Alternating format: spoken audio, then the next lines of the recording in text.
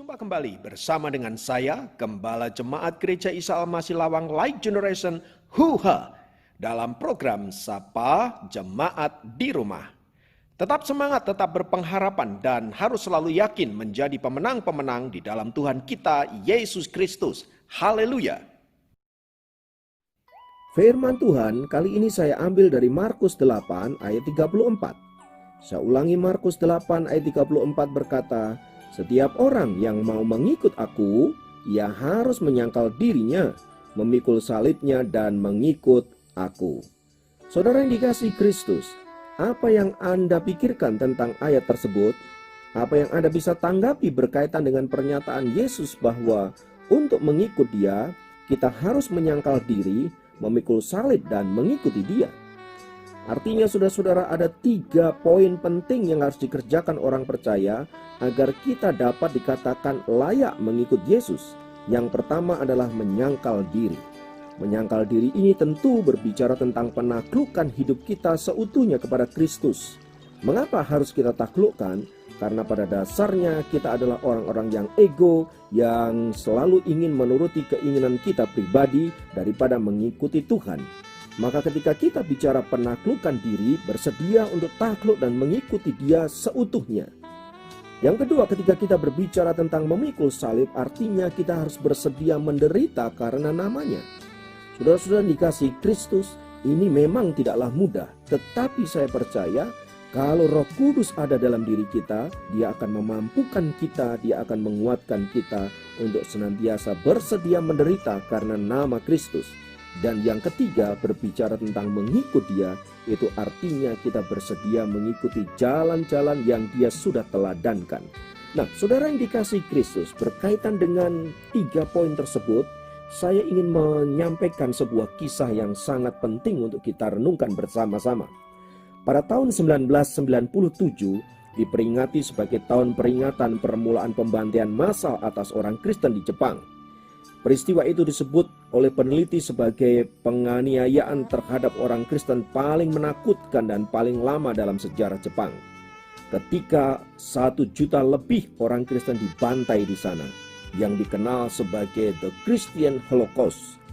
Pada tanggal 23 November 1596, 26 orang Kristen Jepang pribumi ditahan di Kyoto.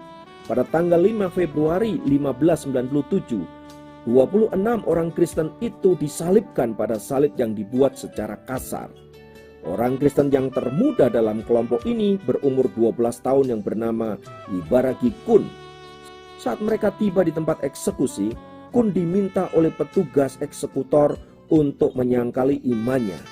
Kun menatap mata orang yang akan mengeksekusinya dan berkata, "Pak, akan lebih baik jika Anda sendiri menjadi orang Kristen dan dapat pergi ke surga kemana saya akan pergi. Sekarang tunjukkan kepada saya salib saya sebelah mana, Pak." Petugas tersebut kagum atas tanggapan anak muda itu dan menunjuk pada salib yang paling kecil di atas bukit. Kun muda berlari menuju salib itu, berlutut di depan salib itu dan memeluknya. Pada tahun 1622, sekitar 50 orang Kristen dipublikasikan telah dipenggal ataupun dibakar di tiang gantungan itu. Pada tahun 1637, ada ribuan petani Kristen bersenjata perkakas dan alat-alat seadanya melawan pasukan pemerintah. Kira-kira ada lebih dari 30 orang Kristen dibunuh dalam peristiwa itu. Peristiwa ini merupakan salah satu contoh penganiayaan terburuk yang terjadi selama pembantaian massal yang berakhir pada tahun 1865 di Jepang. Saudara-saudara dikasihi Kristus, menarik sekali kisah tentang peristiwa penganiayaan orang-orang Kristen di Jepang tersebut. Yang luar biasa adalah ada begitu banyak orang-orang Kristen seperti Kun muda. Mereka berani menyangkal dirinya, bahkan kemudian menyerahkan dirinya hanya kepada Kristus dan rela mati demi iman mereka kepada Tuhan. Saudaraku yang dikasihi Tuhan, sama seperti Kun yang bertanya kepada si penyalibnya, "Di manakah salibku?" Saudaraku yang dikasihi Kristus, dalam dunia modern di mana banyak orang Kristen menghindari penderitaan dan mereka selalu menempatkan Yesus hanya sebagai sumber berkat, sumber pertolongan, sumber mujizat, Mereka menolak penderitaan, mereka menolak menyangkali diri mereka menolak untuk memikul salib, dan sejujurnya mereka menolak untuk mengikut Yesus. Mereka hanyalah orang-orang Kristen egois yang hanya ingin senang, yang hanya ingin sukses, yang hanya ingin menikmati berkat-berkat tetapi tanpa mau mengikuti Tuhan. Saudara, bahkan ada banyak orang Kristen diam-diam menyangkali Kristus. Ya, ada banyak orang Kristen tidak berani menyatakan imannya. Ada banyak orang Kristen, saudaraku yang dikasihi Tuhan, yang hanya bisa berdiam diri dan tidak melakukan apa-apa karena takut mendapat penolakan dari orang-orang di sekitarnya. Saudaraku yang dikasihi Kristus, firman Tuhan berkata, barang siapa malu mengakui aku di depan manusia, maka aku juga akan malu mengakui dia di depan Bapakku.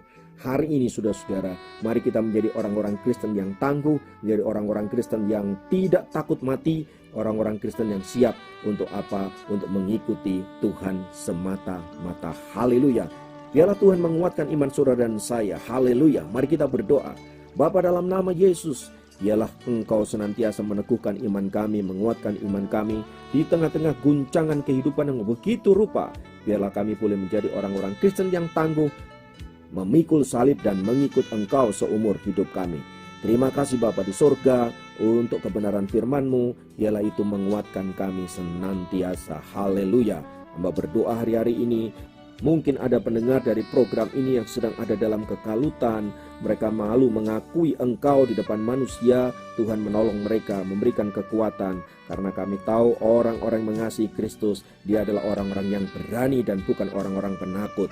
Terima kasih Tuhan, terpujilah nama-Mu kekal selama-lamanya. Di dalam nama Tuhan Yesus kami berdoa, haleluya, amin. Dapat memberkati Anda dimanapun berada. Sampai jumpa dalam program Sapa Jemaat yang lain. Tuhan Yesus memberkati, haleluya.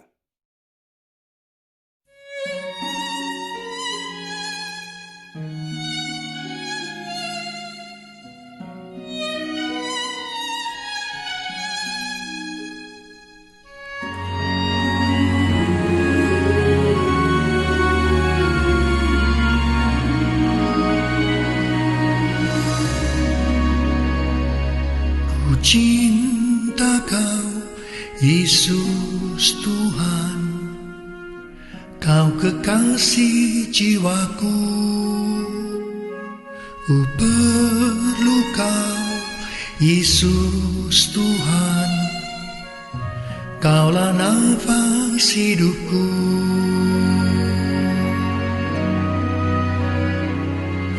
Cinta Kau, Yesus Tuhan, Kau kekasih jiwaku. Perlu Kau, Yesus Tuhan, Kaulah nafas hidupku. Yesus, Yesus, Kau yang ku rindu.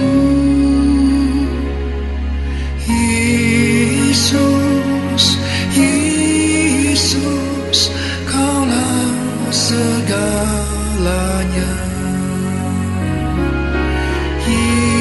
Yesus, Yesus, Kau yang ku rindu.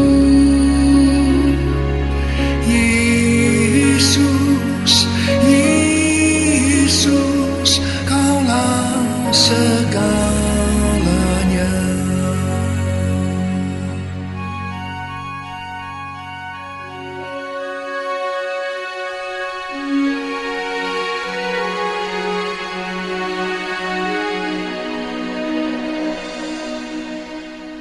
Ku cinta Kau, Yesus Tuhan, Kau kekasih jiwaku. Ku perlu Kau, Yesus Tuhan, Kaulah nafas hidupku. Yesus, Yesus, Kau yang ku rindu. Yesus, Yesus, Kaulah segalanya.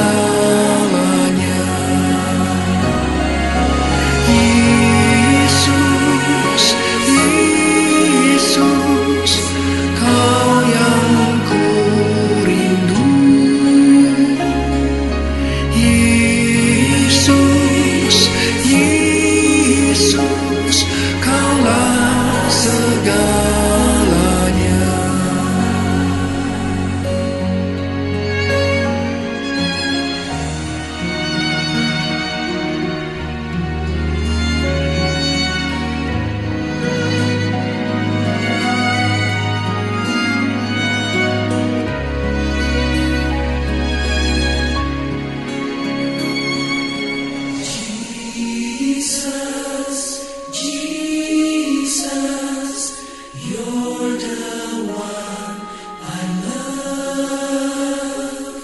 Jesus, Jesus.